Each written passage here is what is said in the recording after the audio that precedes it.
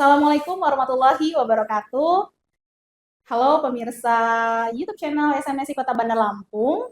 Hari ini saya Eva Pardiana akan menemani Anda selama 15 menit ke depan untuk bincang-bincang dalam acara Kongsi Kongko bareng SMSI.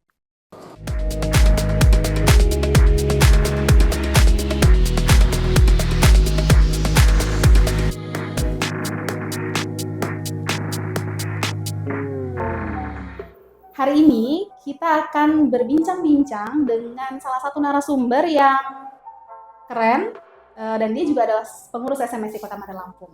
Siapa dia? Langsung saja saya kenalkan narasumber kita hari ini, Kak Yoga Pratama.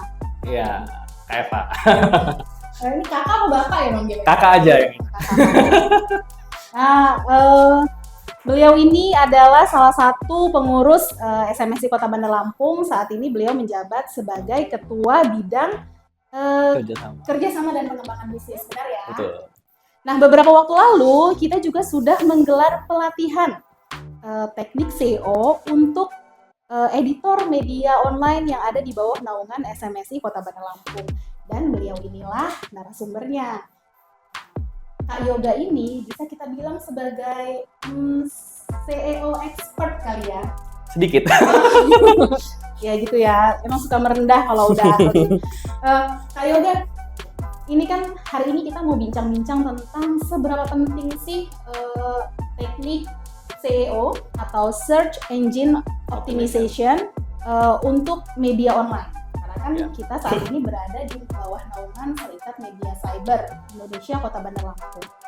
Serikat Media Cyber Indonesia Kota Bandar Lampung ini isinya media-media online atau media cyber. Nah, kenapa sih kita harus mempelajari teknik SEO ini di era digital? Iya, ini kita tidak menjelaskan secara teori full ya, tapi secara singkatnya ini kan adalah optimasi mesin pencari, ya kan? Kalau sudah bahasan optimasi artinya mengoptimalkan gitu kan. Nah, sementara saat ini persaingan dunia digital juga sangat kuat ya, bukan hanya media online dari portal berita ya, tapi ada sosial media, Instagram, Facebook, Twitter dan lainnya lah, untuk bukan hanya sekedar informasi yang disampaikan, tapi bagaimana kayak misalnya seperti produk jualan itu bisa langsung sampai ke pencarinya kalau misalnya langsung cari di layanan digitalnya gitu kan. Nah, dalam artian bahwa kalau misalnya saat ini unit bisnis yang dijalankan teman-teman sebagai seorang blogger, seorang jurnalis berita online gitu, artinya yang harus dipikirkan adalah bukan hanya sekedar bagaimana bisa mendapatkan kerjasama, dari pemerintah daerah, gitu kan. Tapi bagaimana bisa memaksimalkan konten-konten iklan-iklan lainnya ataupun kerjasama lainnya dari pihak lain, gitu kan. Dalam pihak lain ini artinya bahwa ada sektor swasta yang saat ini menilai mereka untuk bisa bekerja sama adalah bagaimana kehadiran kita ada di halaman Google, gitu kan. Nah, ini sebetulnya yang mungkin saat ini sedang banyak ataupun sedang dicoba oleh teman-teman media, gitu kan, bahwa mengoptimalkan SEO itu seperti apa sih di media online, gitu. Nah, karena itu bisa menjadi salah satu andalan ketika orang ngebaca searching di Google, gitu kan, langsung ketemu gitu. Jadi bukan hanya sekedar share ataupun kita taruh di media sosial Facebook kita gitu, tapi memang ketika orang menelusuri Google langsung ke media kita. Nah, contoh sederhananya misalnya ketika kita bicara Bandar Lampung, apa sih yang saat ini, contoh nih misalnya teman-teman saat ini sedang ingin memberitakan kebijakan dari pemerintah daerah. Nah, apa sih kebijakan yang paling diunggulkan? Adalah UMKM Bandar Lampung. Nah, salah satu strategi SEO-nya adalah kita coba riset dulu gitu. di Google itu ketika kita bicara UMKM dan Bandar Lampung, apa sih yang potensi paling banyak dicari gitu kan. Nah, dalam riset itu kan ada banyak sih alat, ada Google Trends, ada Google penelusuran gitu kan, ada Ubersuggest dan yang lainnya. Jadi kita bisa, kalau misalnya kita di Google penelusuran, kita bisa tanya dulu lah, misalnya UMKM Bandar Lampung, apa sih yang dicari di situ. Nah, jadi ketika kita mau memasukkan kebijakan pemerintah dengan konten yang paling banyak dicari di Google, nah itu kita bisa mengoptimalkan. Nah kalau misalnya itu bersaing, ya artinya dengan otomatis pembaca kita akan banyak, gitu. Akan datang dengan sendirinya dari daerah. Keren. Artinya teknik SEO ini memungkinkan kita, para pengelola media online, ataupun tadi Kak Yoga sebut blogger, untuk mengoptimalkan jangkauan. Jangkauan setiap konten-konten yang kita posting di platform digital. Ya, sebetulnya nggak hanya blogger dan media online ya. Mereka yang aktif menggunakan akun Instagram, Twitter, Facebook yang selama ini platformnya media sosial, TikTok pun bahkan YouTube gitu ya. Ada hal-hal dasar yang di SEO itu yang pasti mereka akan kuasai secara sadar ataupun tidak. Contoh sederhana adalah dari cara membuat judul. Nah, contohnya kalau misalnya di YouTube kita ingin cara mengajarkan anak membaca buku gitu. Kita mau tidak mau sebagai pembuat video, nah kita harus berlaku sama seperti orang yang mencari sebuah video itu. Jadi apa sih yang kemungkinan dicari seseorang di YouTube gitu? Dengan tulisan apa gitu. Jadi kita jangan membuat judul bombastis boleh, pasti disukai oleh Google. Tapi bagaimana judul bombastis tapi lebih dekat dulu dengan pencarian masyarakat gitu. Relate ya. Iya, misalnya bombastis tapi ternyata pas kita klik misalnya gini, cara membuat sate. Orang akan cari cara membuat sate gitu kan. Tapi sementara judul kita bikin adalah sate ini enak gitu. Padahal di situ di videonya adalah cara membuat sate. Nah, orang nggak akan nyari sate ini enak, tapi orang nyari cara membuat sate. Oke. Nah, sekarang nih setelah kita tahu apa sih pentingnya SEO tadi buat pengoptimalan platform digital kita, sekarang langkah awal nih yang harus kita lakukan untuk mengoptimalkan SEO kita itu gimana? Iya. Nah, ini kasusnya misalnya media online dan blogger. Tahap awal nih harus kita lakukan apa aja sih, Kak? Ya, tahap awal yang jelas kita kenali dulu dari hobi atau apa ya. Kalau media itu punya baseline ya, ataupun base wilayah ya. Misalnya contoh nama-nama media dia yang lokal pasti akan ada nama kedaerahannya. Ya, misalnya Bandar Lampung apa. Nah, secara tidak sadar nama media kita itu sudah ada kata kunci yang dikaitkan. Nah, itu SEO dasarnya, kata kunci yang sudah dikaitkan. Nah, yang kedua adalah tinggal pengoptimalan. Pengoptimalannya seperti apa? Misalnya, apa sih yang kita target gitu? Misalnya memang kalau misalnya kita di Lampung, semua wilayah Lampung. Nah, riset apa aja sih yang paling banyak kata kunci yang di Lampung yang paling banyak dicari? Yang pertama, riset. Ya, riset kata kunci yang paling banyak dicari apa? Nah, yang kedua, bagaimana dari kata kunci yang kita temukan itu bisa menjadi judul. Selanjutnya, ketika sudah menjadi judul, bagaimana supaya judul itu menarik gitu, tapi tidak merubah kata kunci yang ada gitu. Kalau kita sebagai pemain awal, media kita ataupun blog kita belum optimal dalam menyerap kalau misalnya bahasa paling mudahnya itu Google itu kan meng-crawling ya, ataupun merayapi gitu. Nah, kalau misalnya Google belum begitu kenal dengan media kita, ya hal-hal dasar aja, nggak usah terlalu bikin judul yang membingungkan, tapi yang sudah ada di Google di pencarian, di Google Trends dan yang lainnya, itu aja yang dijadikan judul. Tinggal ditambah bumbu apa di belakangnya supaya orang mau baca dan datang ke media kita. Yang kedua, artinya kita harus membuat judul sesuai dengan kebutuhan masyarakat yang banyak dicari di mesin mencari. Gitu ya, Kak? Ya. Selanjutnya, gambar. Dari sisi gambar harus disesuaikan dengan ukuran. Contoh gini, kalau misalnya teman-teman pakai blog, pakai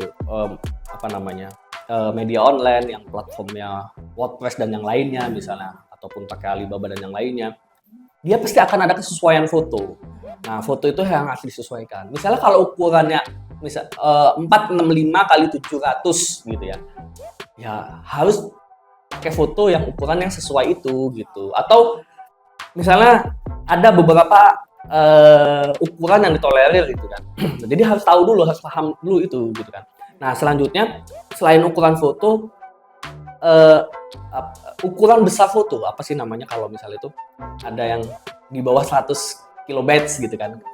Nah, itu lebih baik di bawah 100 KB gitu kan. Kenapa? Karena lebih ringan dia gitu. Apalagi kalau misalnya websitenya itu tidak punya server yang begitu besar gitu kan. Jadi kan kalau misalnya ini kan agak berat. Nah, kalau udah berat kan Google nggak mau tuh. Udahlah, ngapain gitu kan. Cari yang lebih enteng aja, yang orang langsung masuk, nggak perlu loading lama gitu. Karena kan orang kan ketika udah loading lama kan kesel juga kan, keluar dia. Nah, itu akan memperburuk website kita. Pertama itu. Nah, kedua, file fotonya juga dirubah dengan ada kata kunci yang dituju gitu. Misalnya kalau tadi kita bilang cara membuat sate, ya bagaimana kata kuncinya juga ada kata-kata cara membuat sate gitu. Nah, terakhir jangan lupa kata kunci itu disebar di paragraf. Kalau misalnya secara sederhana gitu ya, semua orang yang belajar SEO pasti punya rumusan yang berbeda gitu. Tapi bisa juga tambahkan kalau misalnya saya gitu, secara sederhana kalau saya ngajarin teman-teman begini, di paragraf 1, kedua, ketiga itu harus ada cara membuat satenya. Kalau misalnya kata kunci yang tujuh adalah cara membuat sate gitu. Pertanyaan selanjutnya nih, perlu nggak sih kita punya skill khusus untuk menerapkan SEO tadi di platform digital kita? Sebetulnya enggak sih, karena Sebenarnya semua orang bisa belajar. Kalau dia, jujur saya adalah bukan orang TI, teknologi informatika ataupun manajemen informatika dan yang lainnya yang berbasis dengan ini. Saya lulusan diploma ahli media peternakan. Nah, saya belajar semua ini otodidak karena saya punya beberapa dari studi kasus dah ya. Nah, terus saya punya beberapa temen yang kebetulan saling sharing, beberapa orang yang saya anggap sebagai guru saya saat itu. Nah, teknik-teknik dasar tadi itu sebetulnya yang kalau kita sering asah, ya itu udah jadi kemampuan kita. Jadi nggak perlu kayak kemampuan khusus dan yang lainnya gitu. Kalau memang mau belajar bisa dipelajari gitu. Teorinya nggak begitu berat kok. Karena selepasnya bahwa apa yang saya sampaikan itu jadi riset teman-teman masing-masing. Gitu. Artinya kita semua bisa mempelajari teknik SEO ini untuk mengoptimalkan media online atau blogger yang kita punya. Nah, sekarang nih mungkin pada teman-teman pada tanya nih, kenapa sih kita harus pelajari teknik SEO ini? Apa bisa menghasilkan cuan? Nah, itu yang penting. Ini bisa ceritain nggak contoh kasus saat ini Kak Yoga itu mengelola media online namanya Aspirasiku. Nah, Aspirasiku ini kabarnya dengan mengoptimalkan SEO-nya itu bisa dapat cuan yang nilainya lumayan tanpa harus kerjasama dengan pemerintah daerah. Bener nggak? Nah, coba bisa tolong ceritain. Iya. Jadi kalau memang seandainya lagi bagus ya, karena kan memang semua kalau yang berkutat di kami adalah persaingan, lagi-lagi persaingan di dunia digital itu gitu ya. Kalau seandainya persaingan kami lengah ya sudah kami ketinggalan gitu. Dalam artian bahwa begini, saya ketika memutuskan berhenti di dunia kerja sebagai sebagai jurnalis dan sebagai karyawan swasta gitu ya di salah satu media gitu kan. Saya mencoba untuk menjadi seorang blogger awalnya gitu kan. Nah, di awal pertama kan saya tidak tahu apa-apa gitu kan. Nah, saya juga awalnya nggak tahu bahwa ternyata main di blog, main di media online seperti saat ini itu bisa menghasilkan uang selain dari kerjasama gitu. Selain dari kerjasama. Nah, caranya seperti apa? Oh, kerjasamanya sama Google, bukan kerjasama sama Pemda gitu ya. Tetap pasti kerjasama, tapi bagaimana mengoptimalkannya dengan Google. Nah, dalam artian bahwa artikel-artikel saya harus bersaing dong, ada di halaman 1 Google gitu. Harus ada yang ngebaca. Kalau saat ini Aspirasiku berjuangnya lebih besar adalah bagaimana aspirasiku bisa ada di discovery Google gitu kan di sana. Terus untuk mempertahankan pembaca, bagaimana pembaca bisa datang lewat pencarian organik atau langsung ke Google-nya gitu kan. Ya artinya punya potensi dari sana. Bahkan iklan kami masuknya dari situ. Jadi ingat, oh ketika kami contoh nih iklan-iklan yang sering masuk adalah iklan-iklan terkait wisata, terkait teknologi dan yang lainnya, make up, kecantikan dan yang lainnya. Kenapa? Karena penulis-penulis di aspirasiku selama ini membahas itu, misalnya gitu ya. Nah, ketika penyedia jasa atau saya bilang apa ya, penjual lah misalnya, penjual make up ataupun penjual digital dan yang lainnya, wisata, tiket wisata perjalanan segala macamnya, itu melihat kita ada di halaman satu Google gitu kan. Terus kita dihubungi via nomor telepon yang tersedia gitu kan. Mas, saya boleh nggak pasang iklan di sini, iklan artikel segala macam ini. Oh ya sudah, jadi ada nilai tawar yang bisa dihasilkan. Berapa sih Kak nilai iklan paling besar? Oh, nilai pendapatan dalam sebulan paling besar yang diperoleh oleh aspirasiku dengan mengoptimalkan teknik SEO tadi. Ya, agak nggak enak sih soalnya nilai. Paling besar kan dia fluktuatif ya, dia dinamis tergantung dengan persaingan. Kita nggak bicara continue tiap bulan ya. Maksudnya itu karena pendapatan tidak tiap bulan ya. Agak nggak enak sih memang ini. Tapi kita pernah sampai 100 juta. Wow, 100 juta dalam waktu sebulan dengan mengoptimalkan SEO. Nah, teman-teman, jika kalian teman-teman berminat untuk mempelajari teknik SEO ini, kami SMSI Bandar Lampung membuka pelatihan khusus untuk mempelajari teknik SEO buat Anda pengelola media online dan blogger. Dan nanti Kak Yoga Pratama akan bertindak langsung sebagai pematerinya. Nah, nanti infonya bisa kita cantumkan di tayangan ini. Oke, itu tadi bincang singkat kita dengan Kak Yoga Pratama tentang teknik SEO. Sampai jumpa di Kongsi Kongko bareng SMSI episode selanjutnya. Terima kasih banyak ya Kak. Sama-sama.